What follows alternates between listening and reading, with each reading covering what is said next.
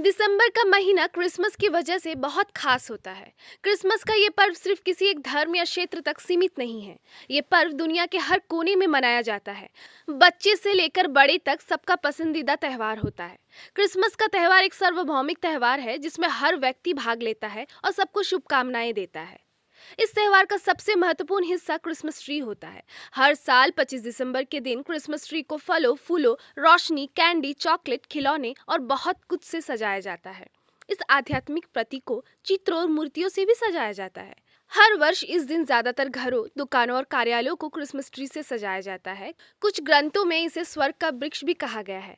देखा जाए तो पेड़ हमारे ग्रह का एक अभिन्न अंग है। क्रिसमस ट्री भी पेड़ का ही एक रूप होता है। अब आपको बताते हैं कि घर में क्रिसमस ट्री रखने से क्या-क्या बदलाव आते हैं। क्रिसमस ट्री सिर्फ सजावट के लिए नहीं है, बल्कि घर में सकारात्मक ऊर्जा का प्रतीक भी है। घर में अक्सर होने वाले झगड़े रुकते हैं। इतना ही नहीं, परिवार के सदस्यों के बीच प्यार और सम्मान बढ़ाता है।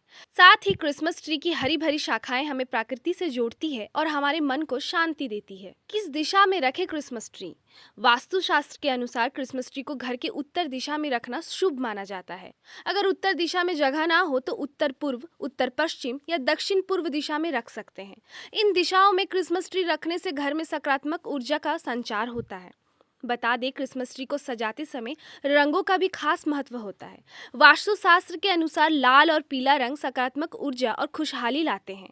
लाल रंग प्यार, उत्साह और जीवन शक्ति का प्रतीक है, जबकि पीला रंग खुशी, आशा और बुद्धि का प्रतीक है। इसलिए जब आप अपने क्रिसमस ट्री को लाल और पीले रोशनी से सजाते हैं तो आप अपने घर में प्यार, खुशी और सकारात्मक का वातावरण बनाते हैं।